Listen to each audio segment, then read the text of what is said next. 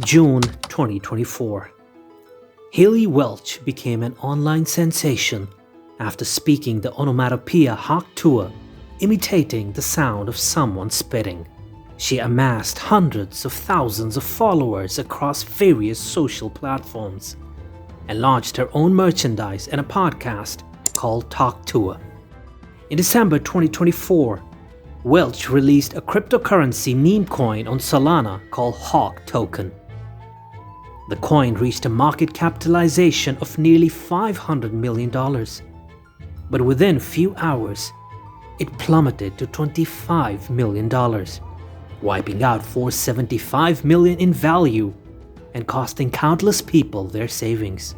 For perspective, it took Melanie Perkins 5 years to secure her first major funding of just $3 million from Matrix Partners. That's the power and volatility of content in today's era. We used to imagine the future in terms of technology, flying cars, robot assistants, vacations on the moon. And while we did get smartphones, AI and social media, what we really got was something nobody in the 60s predicted. A world where the most powerful, influential, and sometimes richest people aren't presidents or scientists or movie stars. They are content creators. People with a phone in their pocket, a half-decent camera, and the ability to make us watch, laugh, cry, rage, or click that one little button, subscribe. And here's the thing. This isn't just entertainment. This is economics. This is influence. This is power. And whether you love them or hate them, content creators might just be the defining figures of our generation. And we asked a group of 13-year-olds to look right forward to the future. Same people loved the Menendez Brothers show. Oh, shut them. And to imagine themselves in the year 2000. Gotta give him that Hawk Tuah. Spaceship to the moon dictating robots. There'll be so many people that they'll have to have an overflow into the sea. I don't care, bro. Call me disgusting, call me weird, I don't give a f. I have not brushed my teeth. Welcome to the Lakshas. And today we'll be talking about why this is an era of content creators. It takes a lot of effort to bring these videos for you, so kindly hit that subscribe button. In the past, mass influence belonged to a select few. If you wanted to be famous, you needed to convince a record label, a TV network, or a newspaper editor that you were worth their time. The gatekeepers decided who got a platform, and the rest of us just watched from the sidelines. But the internet broke the gates.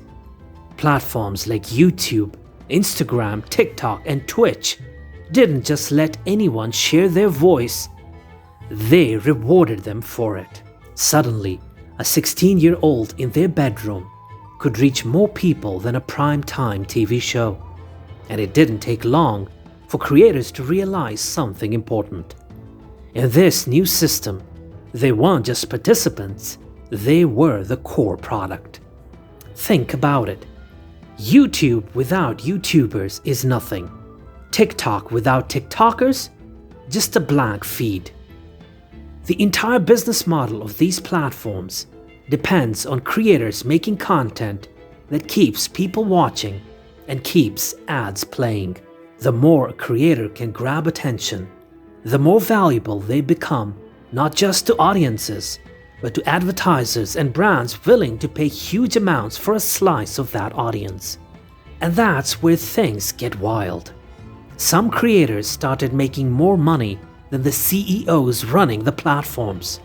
Let's take Mr. Beast as an example. In 2023, Forbes estimated his earnings at over $82 million from ad revenue, brand deals, and his own products like Feastables chocolate bars. Compare that to the average tech CEO's annual salary, and Mr. Beast is destroying them in income. Why? Because his audience isn't just watching, they're buying, clicking, and following wherever he goes. And he's not alone. The ideal example would be of Darren Jason Watkins Jr., March 26th, 2022, 5 seconds changed his entire life. What soccer football team do you support? Cristiano Ronaldo! I love you, bro! An American kid sharing the camera and field with international footballers. From traveling the world, meeting his idol, and featuring in WWE, 5 seconds changed his entire life. Charli D'Amelio is another example. She turned TikTok dances into a multi-million-dollar empire, partnering with brands, launching a clothing line, and even getting her own reality show. Logan Paul and KSI turned their YouTube fame into a billion-dollar beverage company. Notice the pattern? In the old world, companies own the audience. In the new world, creators own the audience. The platform is just a middleman. That's why creators can make more than CEOs. A CEO runs the machine. A creator is the machine. Now you might be thinking, sure, but isn't this just a lucky few? Yes and no. Of course, the top 1% of creators make the biggest money. But here's the twist.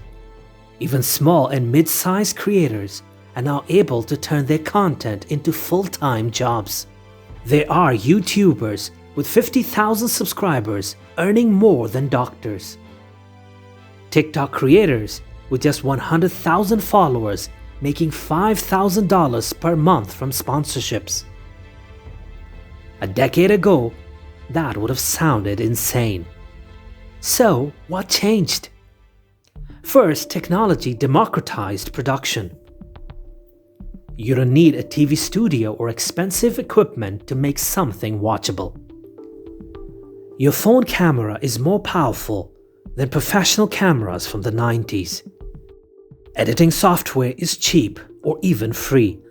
Platforms are designed to reward volume and consistency, not just perfection. Second, monetization options exploded. It's not just ad revenue anymore. Creators make money through sponsorships, affiliate links, paid memberships, merch, live events, and even selling their own products. Some creators have become mini companies, hiring teams, editors, writers, and managers, all funded by their content. Third, trust shifted from institutions to individuals. People are more likely to buy a product recommended by a creator they follow than from a traditional ad. When an individual can reach more people than a multinational corporation, that's a cultural shift. When a kid with a smartphone can make more in a year than a CEO in a suit, that's an economic shift. It's also changing our definition of work. For decades, success meant climbing the corporate ladder. Now, for millions of young people, the dream job is being a full-time creator to own their time, their brand, and their audience. And unlike traditional careers, content creation isn't limited by geography, education, or even age. You can start at 13 or 63. And this is why we're living in the era of content creators. Because they're not just entertainers, they are entrepreneurs. They are advertisers. They are media networks. They are the ones shaping trends, influencing elections, and creating billion-dollar brands, all from their bedrooms. And in 2025, power doesn't just belong to governments or corporations.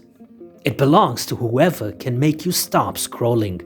And that, whether you like it or not, is the world we live in. Subscribe to our channel and don't forget to click the bell icon.